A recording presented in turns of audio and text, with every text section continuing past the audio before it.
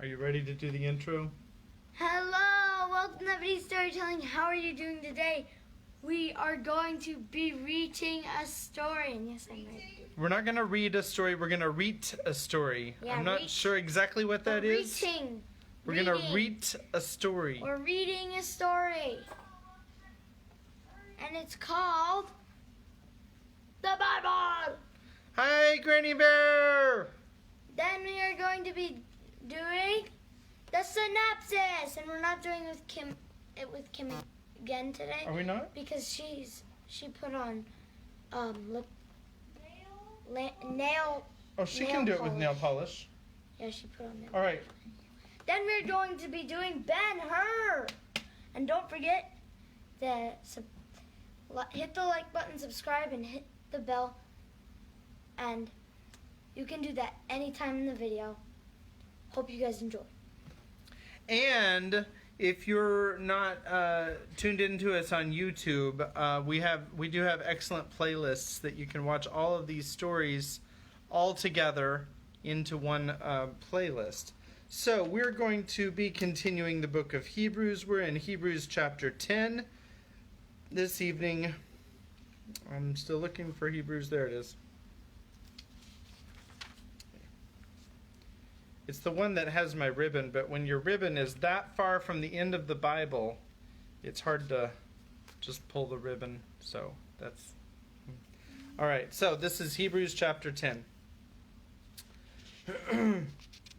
For since the law has but a shadow of the good things to come instead of the true form of these realities, it can never, by these same sacrifices that are continually offered every year, make perfect those who draw near.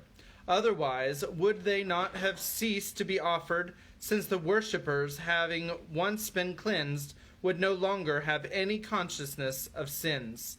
But in these sacrifices there is a reminder of sins every year, for it is impossible for the blood of bulls and goats to take away sins.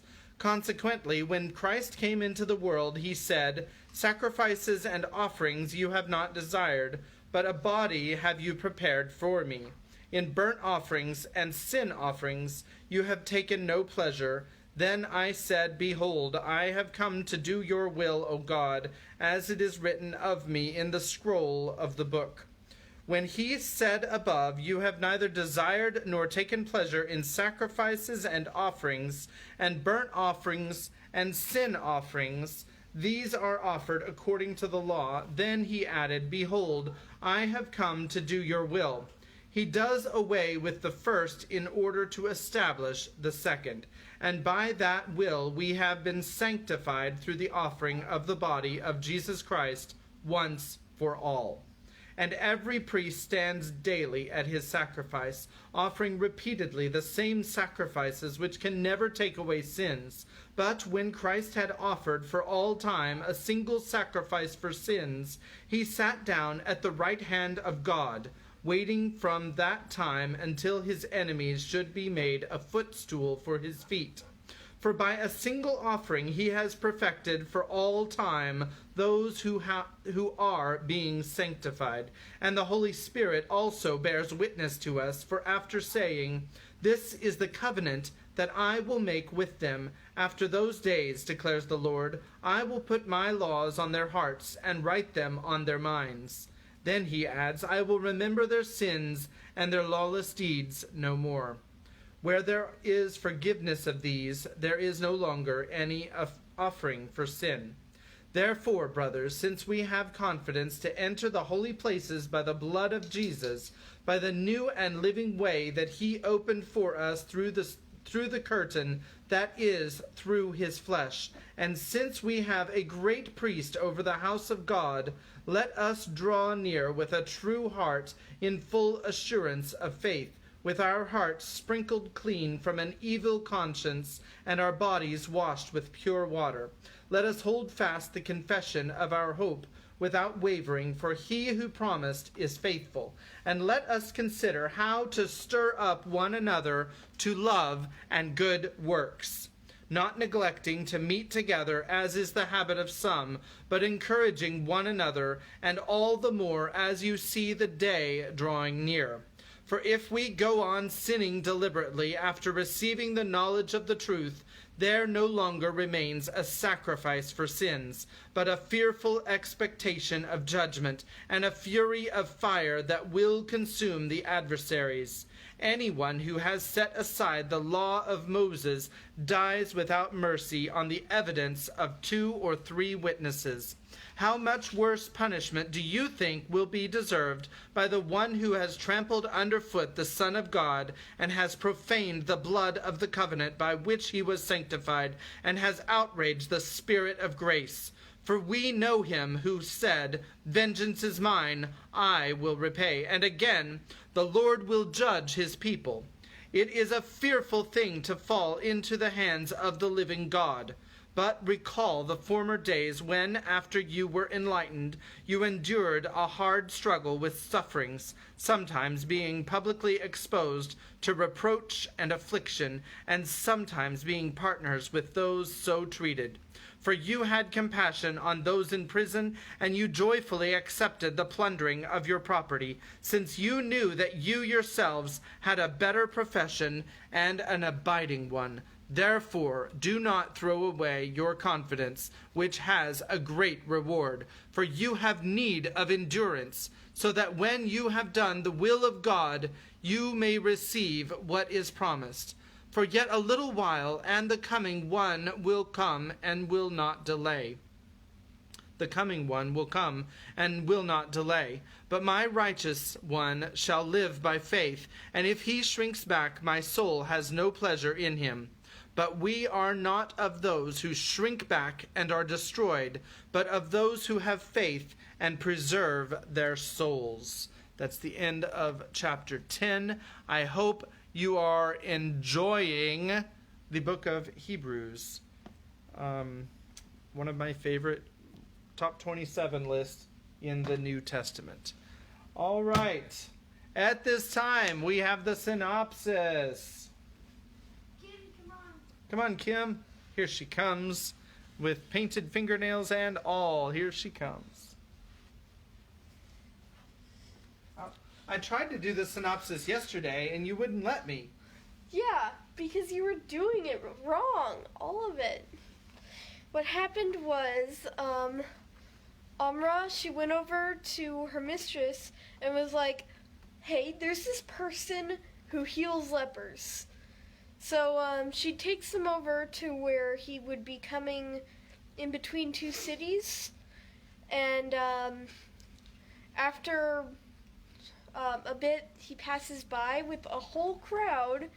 And the crowd's like getting ready to stone them.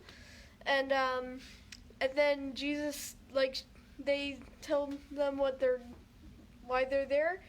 And Jesus heals them. But it only starts after the crowds are gone. And it turns out, you know how Ben-Hur's been shadowing Jesus for a long time? It turns out that Ben-Hur was actually there. And he's like, you know what? I've seen already like 10 lepers being cured. But I'll see these 2 also. And is that Amra? And then after he goes over and is like, "Hey, Amra, what are you doing here?" He turns around and sees his mom and sister cured, and he's like, "Wait, you were lepers?" And then after a little while, he goes over to like there's a time gap, and he goes over to Jesus again. What happens in that last chapter? Wait, I have to say something. What I happened in that last chapter? I think he went off to go. It was a really short chapter. Yeah. It was basically talking about all the people coming to Jerusalem for the Passover. It was just kind of a narrative chapter about that.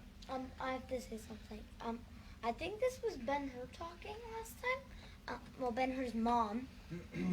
She ran up to Ben-Hur, but she stopped and said, "Unclean, unclean." Yeah, out of habit. Hey, there is a cat that is pushing on the door to Daniel's room. I hope it's not Sorsha. Alrighty. Hi.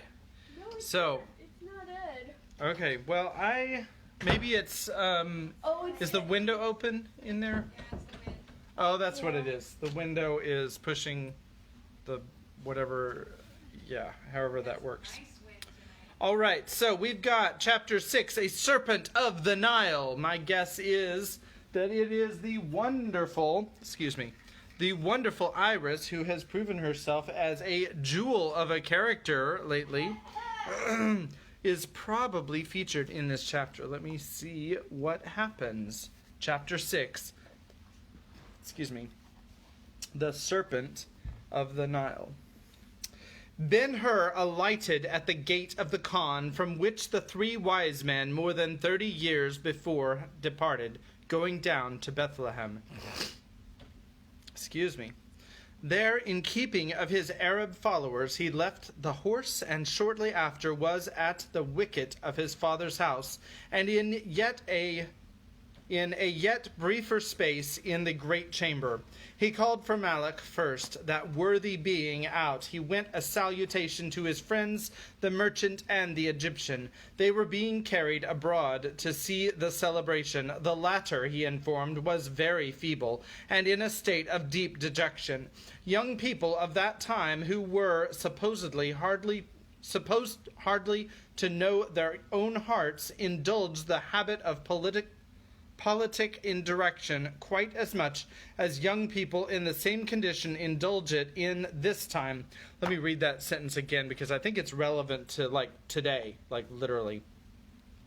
Young people of that time in first century Palestine, who were supposed hardly to know their own hearts, indulged the habit of politic indirection quite as much as young people in the same condition indulge it in this time. Wow. Powerful. So when Ben-Hur inquired for the good Balthazar, and with grave courtesy desired to know if he would be pleased to see him, he really addressed the daughter a notice of his arrival. While the servant was answering for the elder, the curtain of the doorway was drawn aside, and the younger Egyptian came in and walked or floated upon in a white cloud of the gauzy raiment she so loved and lived in, to the center of the chamber, where the light cast by lamps from the 7-armed brazen stick planted upon the floor was the strongest. With her there was no fear of light. The servant left the 2 alone. In the excitement occasioned by the events of the few days past, Ben-Hur had scarcely given a thought to the fair Egyptian. If she came to his mind at all, it was merely as the briefest pleasure, a suggestion of a delight which could wait for him, and was waiting. But now the influence of the woman revived with all its force the instant Ben-Hur beheld her. He advanced to her eagerly, but stopped and gazed. Such a change he had never seen. Theretofore she had been a lover studious to win him, in manner all warmth, each glance in admission, each action in avowal. She had showered him with incense of flattery. While he was present, she had impressed him with her admiration. Going away, he had carried the impression with him to remain, a delicious expectancy hastening his return. It was for him the painted eyelids drooped lowest over the lustrous almond eyes. For him the love stories caught from the professionals abounding in the streets of Alexandria were repeated with emphasis and lavishment of poetry. For him endless exclamations of sympathy and smiles and little privileges with hand and hair and cheek and lips and songs of the Nile and displays of jewelry and subtleties of lace in veils and scarves and other subtleties not less exquisite in flosses of Indian silk. The idea, old as the oldest of peoples, that beauty is the reward of the hero had never such realism as she contrived for his pleasure, insomuch that he could not doubt he was her hero. She avouched it in 1,000 artful ways, as natural with her as her beauty, winsome ways reserved, it would seem, by the passionate genius of old Egypt for its daughters. Such the Egyptian had been to Ben-Hur, from the night of the boat ride on the lake in the orchard of palms. But now, elsewhere in this volume, the reader may have observed a term of somewhat indefinite meaning, used reverently in a sacred connection. We repeat it now with a general application. There are few persons who have not a double nature, the real and the acquired, the latter a kind of addendum resulting from education, which in time often perfects it into a part of the being as unquestionable as the first. Leaving the thought to the thoughtful, we proceed to say that now the real nature of the Egyptian made itself manifest. It was not possible for her to have received a stranger with repulsion more incisive, yet she was apparently as passionless as a statue. Only the small head was a little tilted, the nostrils a little drawn, and the sensuous lower lip pushed the upper the least bit out of its natural curvature. She was the first to speak. "Your coming is timely, O son of Hur," she said in a voice sharply distinct. "I wish to thank you for your hospitality. After tomorrow I may not have the opportunity to do so." Ben-Hur bowed slightly without taking his eyes from her. "I have heard of a custom which the dice players observe with good result among themselves," she continued. "When the game is over they refer to their tablets and cast up their accounts. Then they libate the gods and put a crown upon the happy winner. We have had a game. It has lasted through many days and nights. Why, now that it is at an end, shall not we see to which the chaplet belongs?" Yet very watchful, Ben-Hur answered lightly, "A man may not balk a woman bent on having her way." "Tell me," she continued, inclining her head and permitting the sneer to become positive, "tell me, O Prince of Jerusalem, where is he, that son of the carpenter of Nazareth, and son not less of God, from whom so lately such mighty things were expected?" He waved his hand impatiently and replied, "I am not his keeper." The beautiful head sank forward yet lower. "Has he broken Rome to pieces?" Again, but with anger, Ben-Hur raised his hand in deprecation. "Where has he seated his capital?" she proceeded. "Cannot I go to see his throne, and its lions of bronze, and his palace? He raised the dead, and to such a one, what is it to raise a golden house? He has but to stamp his foot and say the word, and the house is pillared like Karnak, and wanting nothing." There was by this time slight ground left to believe her playing. The questions were offensive, and her manner pointed with unfriendliness, seeing which he on his side became more wary, and said with good humor, "O Egypt, let us wait another day, even another week, for him, the lions, and the palace." She went on without noticing the suggestion. "And how is it I see you in that garb? Such is not the habit of governors in India or vice-kings elsewhere. I saw the satrap of Teheran once, and he wore a turban of silk, and a cloak of cloth of gold, and the hilt and scabbard of his sword, I don't know where I got wound out of that, made me dizzy with their splendor of precious stones. I thought Osiris had lent him a glory from the sun. I fear you have not entered upon your kingdom, the kingdom I was to share with you. The daughter of my wise guest is kinder than she imagines herself. She is teaching me that Isis may kiss a heart without making it better." Ben-Hur spoke with cold courtesy, and Iris, after playing the pendant solitaire of her necklace of coins, rejoined, "For a Jew, the son of Hur is clever. I saw your dreaming Caesar make his entry into Jerusalem. You told us he would that day proclaim himself King of the Jews from the steps of the temple. I beheld the procession descend the mountain bringing him.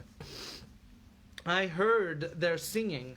They were beautiful with palms in motion. I looked everywhere among them for a figure with a promise of royalty, a horseman in purple, a chariot with a driver in shining brass, a stately warrior behind an orbed shield, rivaling his spear in stature. I looked for his guard. It would have been pleasant to have seen a prince of Jerusalem and a cohort of the legions of Galilee. She flung her listener a glance of provoking disdain, then laughed heartily, as if the ludicrousness of the picture in her mind were too strong for contempt. Instead of Sesostris returning in triumph, or a Caesar helmed and sworded, ha ha ha, I saw a man with a woman's face and hair riding a donkey's colt, and in tears, the king, the Son of God, the Redeemer of the world! Ha ha ha ha! In spite of himself, Ben-Hur winced. I did not quit my place, O Prince of Jerusalem, she said, before he could recover. I did not laugh. I said to myself, wait. In the temple he will glorify himself, as becomes a hero about to take possession of the world. I saw him enter the gate of Shushan and the court of the women. I saw him stop and stand before the gate beautiful. There were people with me on the porch and in the courts and on the cloisters and on the steps of the three sides of the temple. There were other people, I will say 1,000,000 of people, all waiting breathlessly to hear his proclamation. The pillars were not more still than we. Ha ha ha! I fancied I heard the axles of the mighty Roman machine begin to crack. Ha ha ha! O Prince, by the soul of Solomon, your King of the world drew his gown about him and walked away and out by the farthest gate, nor opened his mouth to say a word, and the Roman machine is running yet. In simple homage to a hope that instant lost, a hope which, as it began to fall, and while it was falling, he unconsciously followed with a parting look down to its disappearance, Ben-Hur lowered his eyes. At no previous time, whether when Balthazar was plying him with arguments, or when miracles were being done before his face, had the disputed nature of the Nazarene been so plainly set before him. The best way, after all, to reach an understanding of the divine is by study of the human. In the things superior to men, we may always look to find God. So with the picture given by the Egyptian of the scene when the Nazarene turned from the gate beautiful, its central theme was an act utterly beyond performance by a man under control of merely human inspirations. A parable to a parable-loving people. It taught what the Christ had so often asserted, that his mission was not political. There was not much more time for thought of all this than that allowed for a common respiration, yet the idea took fast hold of Ben-Hur, and in the same instant he followed his hope of vengeance out of sight, and the man with the woman's face and hair and in tears came near to him, near enough to leave something of his spirit behind. Daughter of Balthazar, he said with dignity, if this be the game of which you spoke to me, take the chaplet. I accord it yours. Only let us make an end of words, that you have a purpose, I am sure. To it I pray, and I will answer you. Then let us go our several ways, and forget we ever met. Say on, I will listen, but not to more of that which you have given me. She regarded him intently a moment, as if determining what to do. Possibly she might have been measuring his will. Then she said coldly, You have my leave. Go. Peace to you, he responded, and walked away. As he was about passing out of the door, she called to him, A word. He stopped where he was and looked back. Consider Consider all I know about you." "O most fair Egyptian," he said, returning, "what all do you know about me?" She looked at him absently. "You are more of a Roman, son of Hur, than any of your Hebrew brethren." "Am I so unlike your countrymen?" he asked indifferently. "The demigods are all Roman now," she rejoined, "and therefore you will tell me what more you know about me?" "The likeness is not lost upon me. It might induce me to save you." "Save me?" The pink-stained fingers toyed daintily with the lustrous pendant at the throat, and her voice was exceeding low and soft. Only a tapping on the floor with her silken sandal admonished him to have a care. "There was a Jew, an escaped galley slave, who killed a man in the palace of Ildurni," she began slowly. Ben-Hur was startled. "The same Jew slew a Roman soldier before the marketplace here in Jerusalem. The same Jew has 3 trained legions from Galilee to seize the Roman governor tonight. The same Jew has alliances perfected for war upon Rome, and Ilderim the Sheik is one of his partners." Drawing nearer him, she almost whispered, "You have lived in Rome. Suppose these things repeated in ears we know of. You change color." He drew back from her with somewhat of the look which may be imagined upon the face of a man who, thinking to play with a kitten, has run upon a tiger, and she proceeded. "You are acquainted in the antechamber, and know the Lord Sejanus. Suppose it were told him with the proofs in hand, or without the proofs, that the same Jew is the richest man in the East, nay, in all the empire. The fishes of the Tiber would have fattening other than that they dug out of its ooze, would they not? And while they were feeding, ha, son of Hur, what splendor there would be on exhibition in the circus. Amusing the Roman people is a fine art. Getting the money to keep them amused is another art even finer. And was there ever an artist the equal of the Lord Sejanus?" Ben-Hur was not too much stirred by the evident baseness of the woman for recollection. Not unfrequently, when all the other faculties are numb and failing, memory does its offices with the greatest fidelity. The scene at the spring on the way to the Jordan reproduced itself, and he remembered thinking then that Esther had betrayed him, and thinking so now, he said calmly as he could, "To give you pleasure, daughter of Egypt, I acknowledge your cunning, and that I am at your mercy. It may also please you to hear me acknowledge I have no hope of your favor. I could kill you, but you are a woman. The desert is open to receive me, and though Rome is a good hunter of men, there she would follow long and far before she caught me, for in its heart there are wildernesses of spears, as well as wildernesses of sand, and it is not unlovely to the unconquered Parthian. In the toils as I am, dupe that I have been, yet there is one thing my due. Who told you all you know about me? In flight or captivity, dying even, there will be consolation in leaving the traitor the curse of a man who has lived knowing nothing but wretchedness. Who told you all that you know about me?" It might have been a touch of art, or might have been sincere, that as it may, the expression of the Egyptian's face became sympathetic.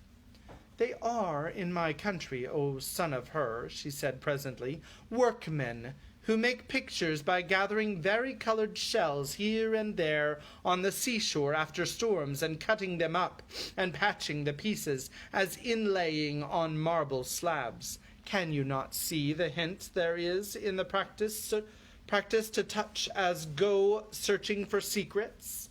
Enough that from this person I gathered a handful of little circumstances, and from that other yet another handful, and that after a while I put them together and was happy, as a woman can be who has at disposal the fortune and life of a man whom," She stopped and beat the floor with her foot and looked away as if to hide a sudden emotion from him.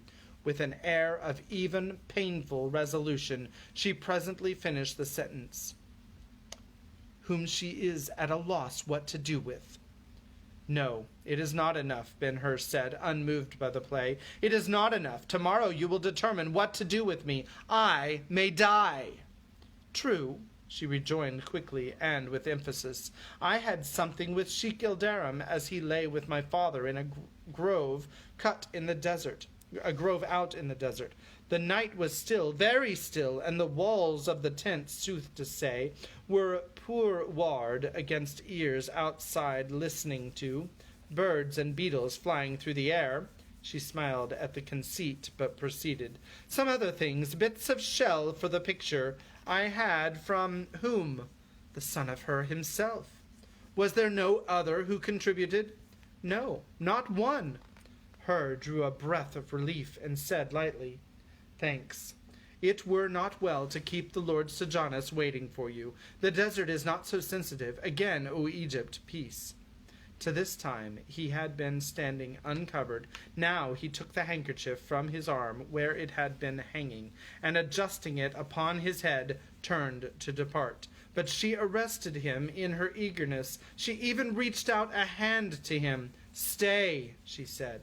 He looked back at her, but without taking the hand, though it was very noticeable for its sparkling of jewels, and he knew by her manner that the reserved point of the scene, which was so surprising to him, was now to come. Stay, and do not distrust me, O son of Hur. If I declare I know why the noble Arius took you for his heir, and by Isis, by all the gods of Egypt, I swear I tremble to think of you, so brave and generous, under the hand of the remorseless minister. You have left a portion of your youth in the atria of the great capital. Consider, as I do, what the desert will be to you in contrast of life. Oh, I give you pity, pity, and if you but do what I say, I will save you. That also I swear by our holy Isis. Words of entreaty and prayer these, poured forth volubly and with earnestness and the mighty sanction of beauty. Almost I believe you, Ben-Hur said, yet hesitatingly, and in a voice low and distinct, for a doubt remained with him, grumbling against the yielding tendency of the man. A good sturdy doubt, such as one as he had saved many a life and fortune. The perfect life for a woman is to live in love. The greatest happiness for a man is the conquest of himself, and that, O prince, is what I have to ask of you. She spoke rapidly and with animation. Indeed, she had never appeared to him so fascinating. You had once a friend, she continued. It was in your boyhood. There was a quarrel, and you and he became enemies. He did you wrong. After many years you met him again in the circus at Antioch. Messala. Yes, Messala. You are his creditor. Forgive the past. Admit him to friendship again. Restore the fortune he lost in the great wager. Rescue him. The 6 talents are as nothing to you, not so much as a bud lost upon a tree already in full leaf. But to him, he must go about with a broken body. Wherever you meet him, he must look up to you from the ground. O Ben-Hur, noble prince, to a Roman descended as he is, beggary is the other most odious name for death. Save him from beggary.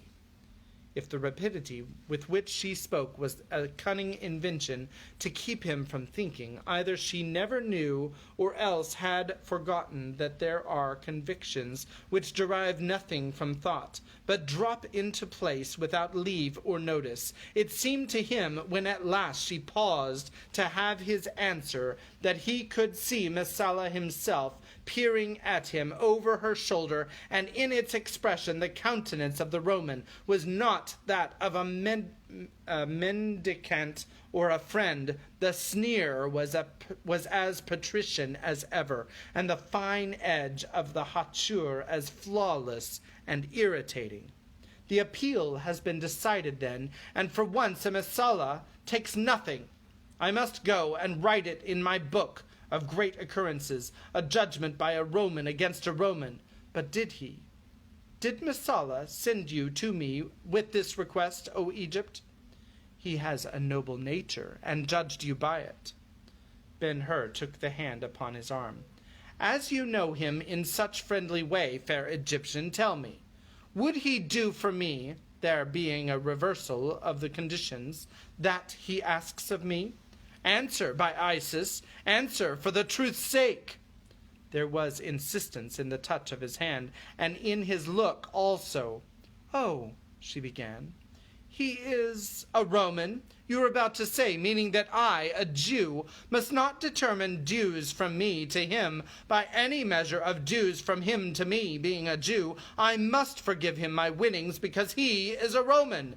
If you have more to tell me, daughter of Balthazar, speak quickly, for by the Lord God of Israel, when this heat of blood, hotter waxing, attains its highest, I may not be able longer to see that you are a woman and beautiful. I may not see but the spy of a master, and more hateful because the master is a Roman. Say on, and quickly. She threw his hand off and stepped back into the full light, with all the evil of her nature collected in her eyes and voice. Thou drinker of lees, feeder upon husks, to think I could love thee, having seen Messala, such as thou were born to serve him, he would have been satisfied with release of the 6 talents. But I say, to the 6 thou shalt add 20. 20, dost thou hear me? The kissings of my little finger which thou hast taken from him, though with my consent, shall be paid for, and that I have followed thee with affection and sympathy, and endured thee so long, enter into account, not less because I was serving him. The merchant here is thy keeper of moneys. If by tomorrow at noon he has not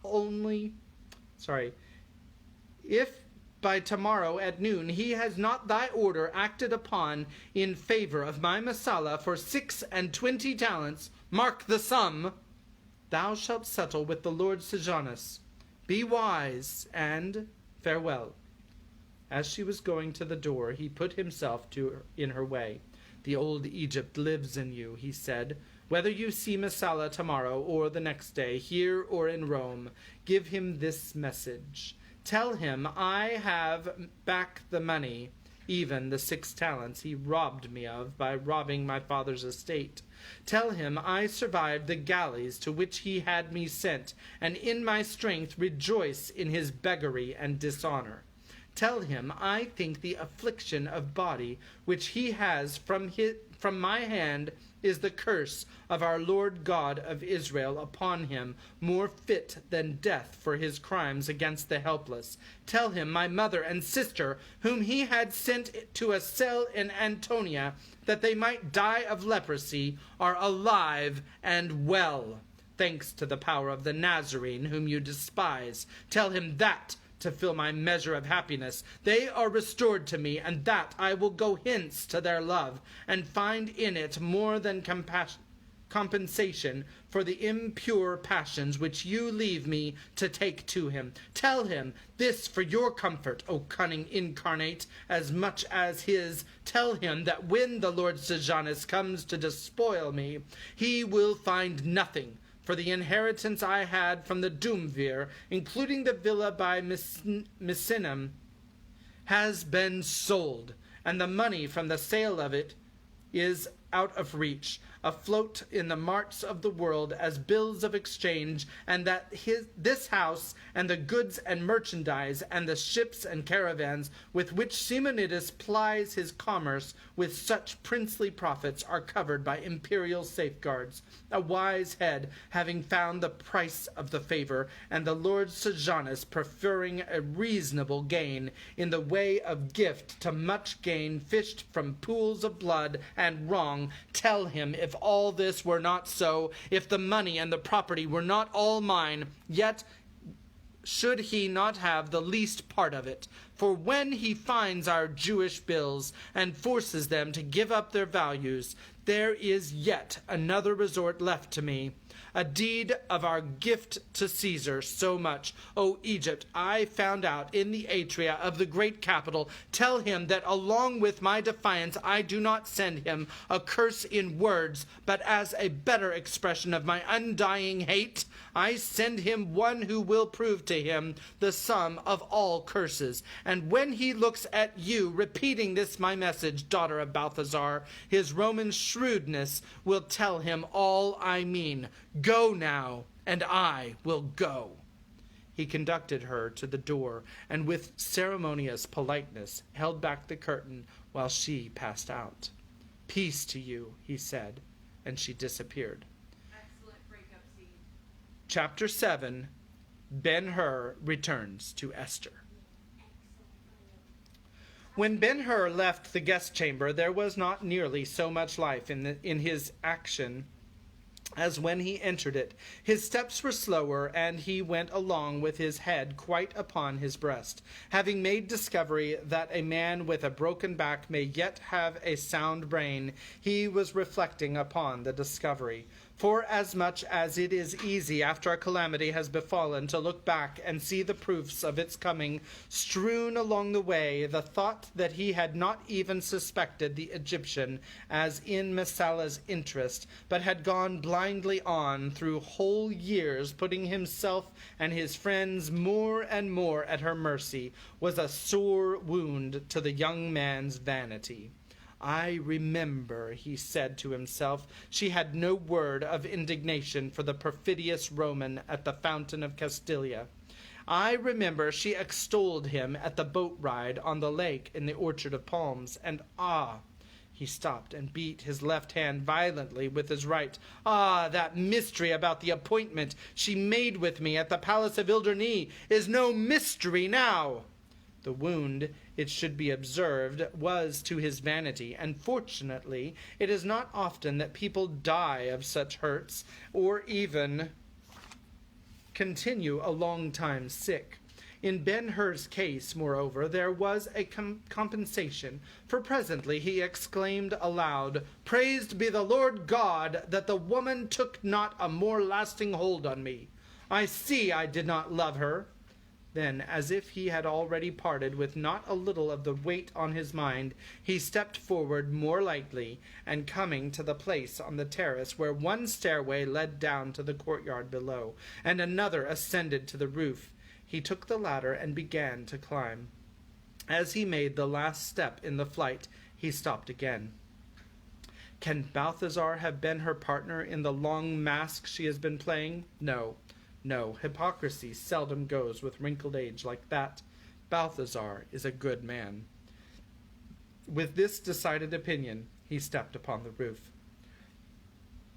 There was a full moon overhead, yet the vault of the sky at the moment was lurid with light cast up from the fires burning in the streets and open places of the city, and the chanting and chorusing of the old psalmody of Israel filled it with plaintive harmonies to which he could not but listen.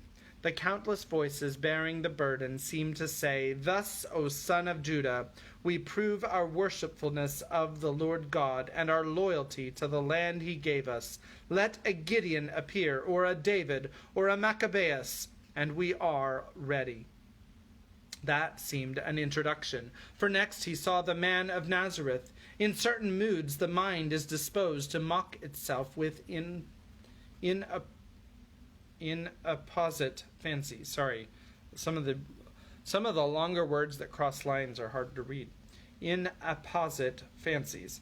The tearful woman-like face of the Christ stayed with him while he crossed the roof to the parapet above the street on the north side of the house, and there was in it no sign of war, but rather, as the heavens of calm evenings look peace upon everything, so it looked, provoking the old question, what manner of man is he?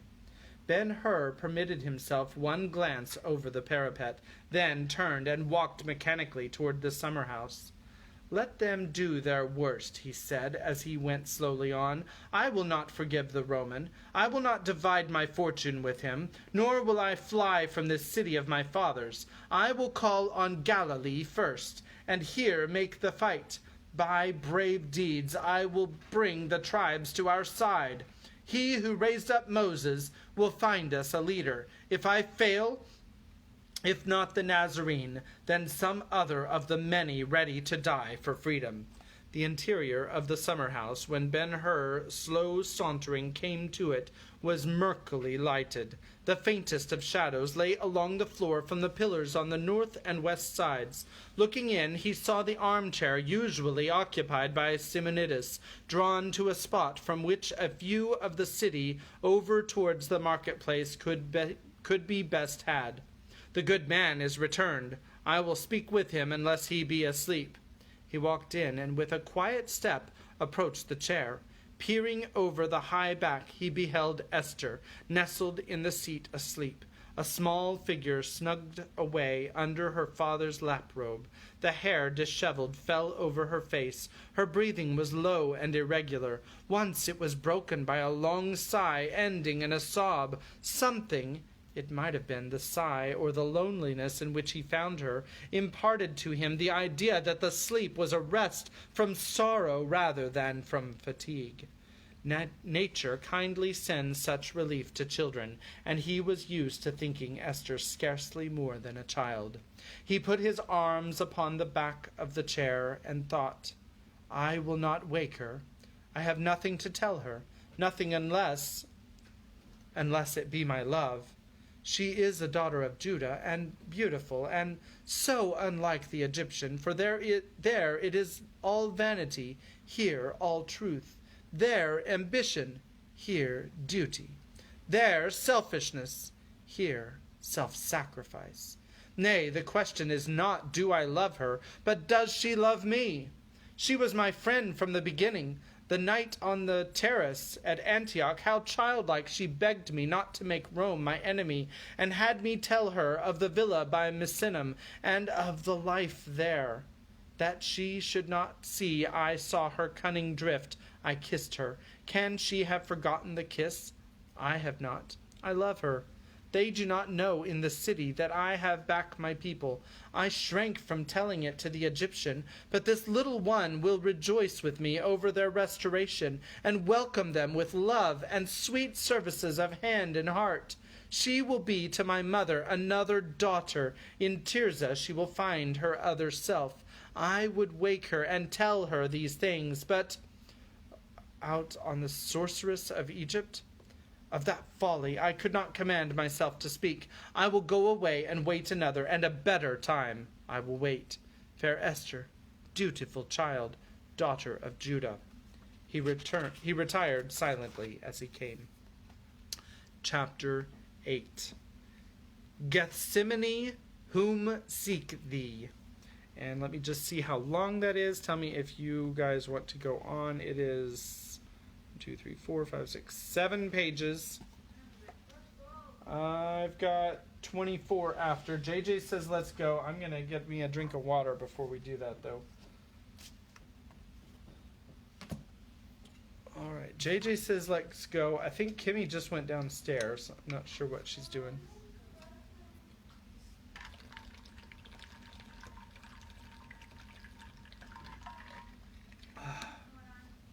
What? Mom says she's good with going on. Sorry. Whew. Granny Bear says, let's roll. Alrighty then. Sorry, I think that's copywritten. Alright. So, I'm going to wait for Kimberly to get back, and then we can continue on with Gethsemane, whom seek thee, and that will set us up for 2 chapters that we can read after church tomorrow. Chapter 9. Epic. Chapter 9 is called The Going to Calvary, and chapter 10 is called The Crucifixion. And that's the last chapter. And there is an afterword, but the afterword isn't part of the story. It's the story of Lew Wallace. and the story of the book itself. Alrighty, so we're just waiting for Kimmy to come back. Come back! Come back! That's copyrighted. I can't come back. I don't know how it works. What's going on? We're waiting for you to read chapter 8. Gethsemane, whom seek thee? Who's really enjoyed the last 2 chapters so far? Go ahead and put a big heart on the video, and there you go. All right, chapter 8, Gethsemane, whom seek thee? The streets were full of people going and coming or grouped about the fires roasting meat and feasting and singing and happy. The odor of scorching flesh mixed with the odor of cedar wood aflame and smoking loaded the air. And as this was the occasion when every son of Israel was full brother to every other son of Israel, and hospitality was without bounds, Ben-Hur was saluted at every step, while the grounds by the fires insisted, "Stay and partake with us. We are brethren in the love of the Lord." But with thanks to them he hurried on, intending to take horse at the Khan and return to the tents on the Cedron. To make the place, it was necessary for him to cross the thoroughfare so soon to receive sorrowful Christian perpetuation. There also the pious celebration was at its height. Looking up the street, he noticed the flames of torches in motion, streaming out like pennons. Then he observed that the singing ceased where the torches came. His wonder rose to its highest, however, when he became certain that amidst the smoke and dancing sparks he saw the keener sparkling of burnished spear tips, arguing the presence of Roman soldiers. What were they, the scoffing legionaries, doing in a Jewish religious procession? The circumstance was unheard of, and he stayed to see the meaning of it. The moon was shining its best, yet as if the moon and the torches and the fires in the street and the rays streaming from the windows and the open doors were not enough to make the way clear, some of the processionists carried lighted lanterns, and fancying he discovered a special purpose in the use of such equipments, Ben-Hur stepped into the street so close to the line of march as to bring every one of the company under view while passing. That was a really, really long sentence. The torches and the lanterns were being borne by servants, each of whom was armed with a bludgeon or a sharpened stave. Their present duty seemed to be to pick out the smoothest paths among the rocks in the street for certain dignitaries among them, elders and priests, rabbis with long beards, heavy brows, and beaked noses, men of the class potential of the councils of Caiaphas and Hannas. Where could they be going? Not to the temple, certainly, for the route to the sacred house from Zion, whence these appeared to be coming, was by the Xystus, and their business, if peaceful, why the soldiers. As the procession began to go by Ben-Hur, his attention was particularly called to 3 persons walking together. They were well toward the front, and the servants who went before them with lanterns appeared unusually careful in the service. In the person moving on the left of this group, he recognized a chief policeman of the temple. The one on the right was a priest. The middle man was not at first so easily placed, as he walked leaning heavily upon the arms of the others, and carried his head so low upon his breast as to hide his face.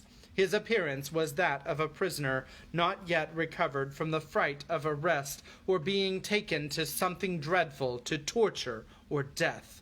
The dignitaries helping him on the right and left, and the attention they gave him made it clear that if he were not himself the object moving the party, he was at least in some way connected with the object, a witness or a guide, possibly an informer. So if it could be found who he was, the business in hand might be shrewdly guessed. With great assurance Ben-Hur fell in on the right of the priest and walked along with him. Now if the man would lift his head and presently he did so, letting the light of the lantern strike full in his face, pale, dazed, pinched with dread, the beard roughed, the eyes flimsy, sunken, and despairing. In much going about following the Nazarene, Ben-Hur had come to know his disciples as well as the Master, and now, at sight of the dismal countenance, he cried out, "The Scariot!" Slowly, the head of the man turned until his eyes settled upon Ben-Hur, and his lips moved as if he were about to speak, but the priest interfered. "Who art thou? Begone!" he said to Ben-Hur, pushing him away. The young man took the push good-naturedly, and, waiting an opportunity, fell into the procession again. Thus he was carried passively along down the street, through the crowded lowlands, between the hill Bezetha and the castle of Antonia, and on by the Bethesda reservoir to the sheep gate. There were people everywhere, and everywhere the people were engaged in sacred observances.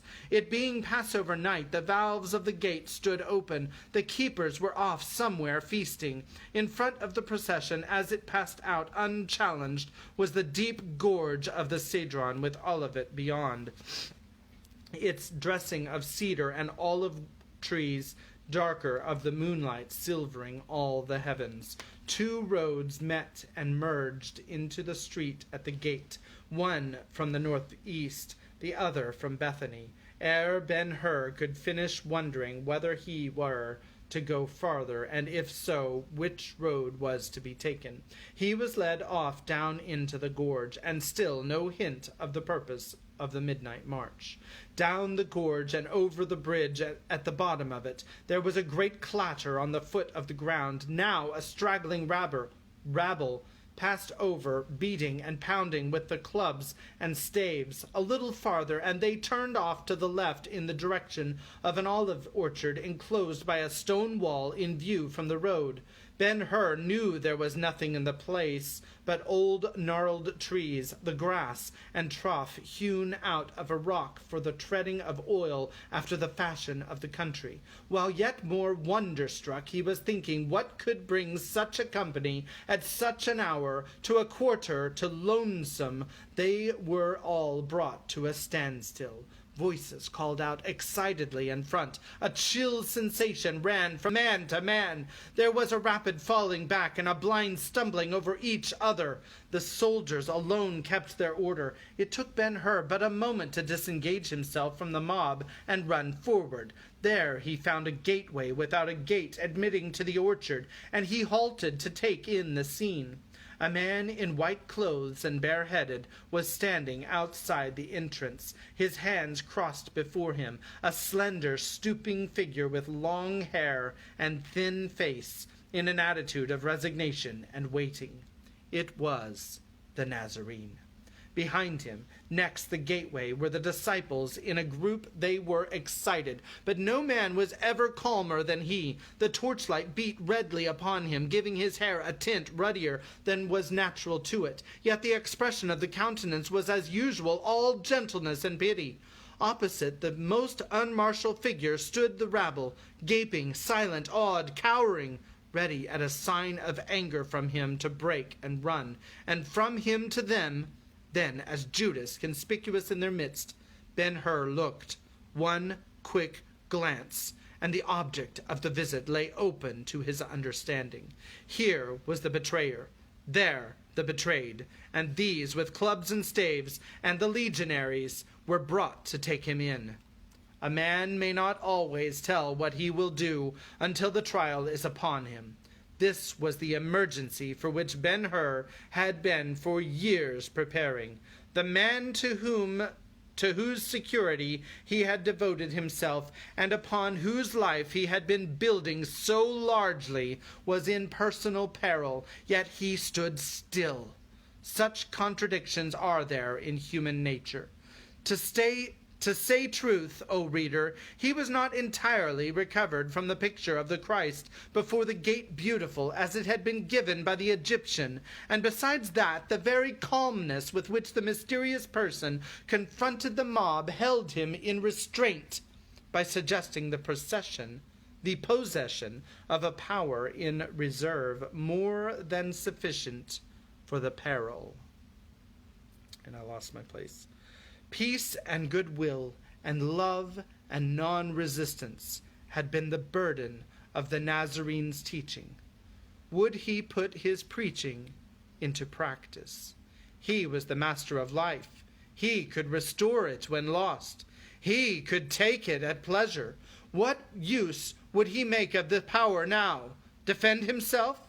And how? A word, a breath, a thought were sufficient. That there would be some signal exhibition of astonishing force beyond the natural, Ben-Hur believed, and in faith waited.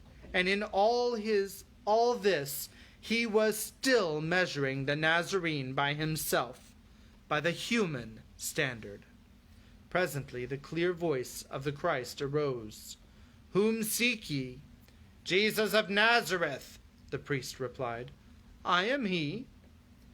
At these simplest of words, spoken without passion or alarm, the assailants fell back several steps, the timid among them cowering to the ground, and they might have let him alone and gone away had not Judas walked over to him. "Hail, Master!" And with this friendly speech, he kissed him. "Judas," said the Nazarene mildly, "betrayest thou the Son of Man with a kiss? Wherefore art thou come?" Receiving no reply, the Master spoke to the crowd again. "Whom seek ye?" "Jesus of Nazareth." "I have told you that I am he. If therefore you seek me, let these go their way." At these words of entreaty, the rabbis advanced upon him, and seeing their intent, some of the disciples for whom he interceded drew nearer. One of them cut off a man's ear, but without saving the Master from being taken. And yet Ben-Hur stood still. Nay, while the officers were making ready with their troops, the Nazarene was doing his greatest charity, not the greatest in deed, but the very greatest in illustration of his forbearance, so far surpassing that of men. "Suffer ye thus far," he said to the wounded man, and healed him with a touch. Both friends and enemies were confounded, one side that he could do such a thing, the other that he would do it under the circumstances. Surely he will not allow them to bind him. Thus thought Ben-Hur. "Put up thy sword into thy sheath. The cup which my Father hath given me, shall I not drink it?" From the offending follower, the Nazarene turned to his captors. "Are you come out against a thief with swords and staves to take me? I was daily with you in the temple, and you took me not. But this is your hour, and the power of darkness." The posse plucked up courage and closed about him, and when Ben-Hur looked for the faithful, they were gone. Not one of them remained. The crowd about the deserted man seemed very busy, with tongue, hand, and foot, over their heads, between the torch sticks, through the smoke, sometimes in openings between the restless men. Ben-Hur caught momentary glimpses of the prisoner. Never had anything struck him so piteous, so unfriended, so forsaken. Yet he thought the man could have defended himself. He could have slain his enemies with a breath, but he would not. What was the cup his father had given him to drink? And who was the father to be so What was the cup his father had given him to drink? And who was the Father to be so obeyed? Mystery upon mystery, not one, but many. Directly the mob started in return to the city, the soldiers in the lead. Ben-Hur became anxious. He was not satisfied with himself. Where the torches were, in the midst of the rabble, he knew the Nazarene was to be found. Suddenly he resolved to see him again. He would ask him one question. Taking off his long outer garment and the handkerchief from his head, he threw them upon the orchard wall and started after the posse, which he boldly joined. Through the stragglers he made way, and by littles at length reached the man who carried the ends of the rope with which the prisoner was bound. The Nazarene was walking slowly, his head down, his hands bound behind him. The hair fell thickly over his face, and he stooped more than usual. Apparently, he was oblivious to all going on around him. In advance, a few steps, were priests and elders talking and occasionally looking back. When at length they were all near the bridge in the gorge, Ben-Hur took the rope from the servant who had it and stepped past him. "Master, master," he said hurriedly, speaking close to the Nazarene's ear. "Dost thou hear me, master? A word, one word, tell me." The fellow from whom he had taken the rope now claimed it. "Tell me," Ben-Hur continued, "goest thou with these of thine own accord?" The people were coming up now, and in his own ears asking angrily, "Who art thou, man?" "O master," Ben-Hur made haste to say, his voice sharp with anxiety, "I am thy friend and thy lover. Tell me, I pray thee, if I bring rescue, wilt thou accept it?"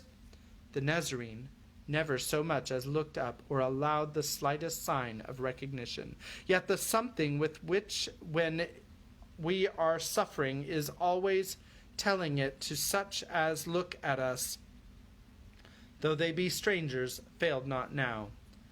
"Let him alone," it seemed to say. "He has been abandoned by his friends. The world has denied him in bitterness of spirit. He has taken farewell of men. He is going he knows not where, and he cares not. Let him alone." And to that Ben-Hur was now driven. A dozen hands were upon him, and from all sides there was shouting, "He is one of them! Bring him along! Club him! Kill him!"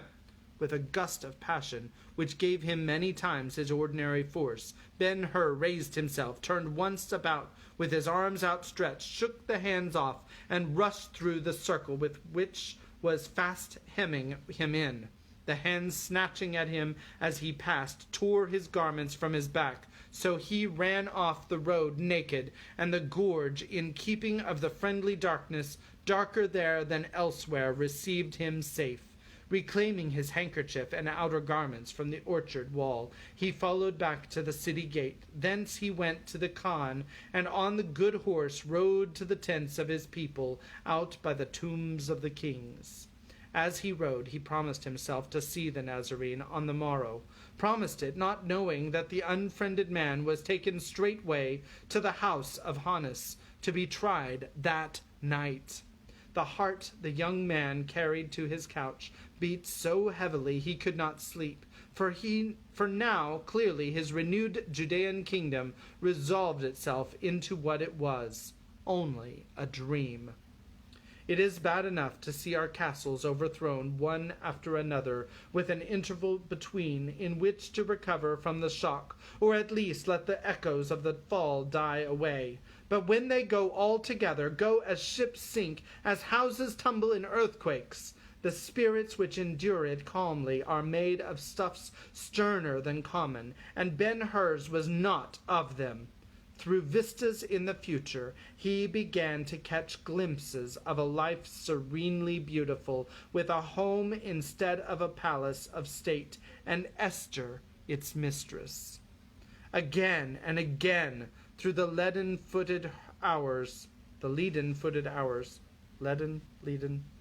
of the night, he saw the villa by the Misenum, and with his little countrywoman strolled through the garden and rested in the panelled atrium, overhead the Neapolitan sky, at their feet the sunniest of sun lands and the bluest of bays.